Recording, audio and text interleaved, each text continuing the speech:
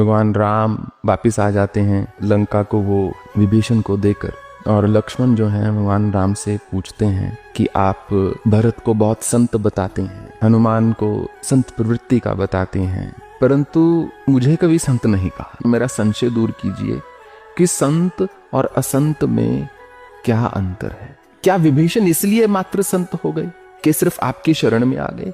अर्थात क्या जो ईश्वर का नाम लेता है, नाम लेने मात्र से वो व्यक्ति संत हो जाता है? तो भगवान ने कहा, एक तो होती है कुल्हाड़ी, जब वो चंदन के वृक्ष पर प्रहार करती है उस समय क्या होता है, कुल्हाड़ी में से चंदन की सुगंध आनी शुरू हो जाती है। तो ये एक संत का व्यवहार हुआ जो चंदन का व्यवहार है कि वो अपने गुणों का त्याग नहीं करता। तो भगवान ने कहा, असंत का परम लक्षण यही है कि जब उस पर प्रहार होता है वो अपने गुणों का त्याग कर देता है। लक्ष्मण ने कहा, कितना परम अन्याय है कि जो अच्छा व्यक्ति है, जो संत है, उस पर प्रहार हो रहा है। तो भगवान राम कहते, लक्ष्मण तुम्हें याद है मैंने तुम्हें माया के बारे में कहा था, तो ये तुम माया के अंतर्गत ही ऐसा बोल रहे हो, तो फिर क्या ये अन्याय नहीं है आप ये कह रहे हो? लक्ष्मण ने कहा, तो सुनो मेरी बात ध्यान से। भगवान ने कहा, वो जो कुल्हाड़ी चंदन को काटती है, जब वो क्षीण होती है तो लुहार के पास जाती है जहां पर उस पर बेदर्दी से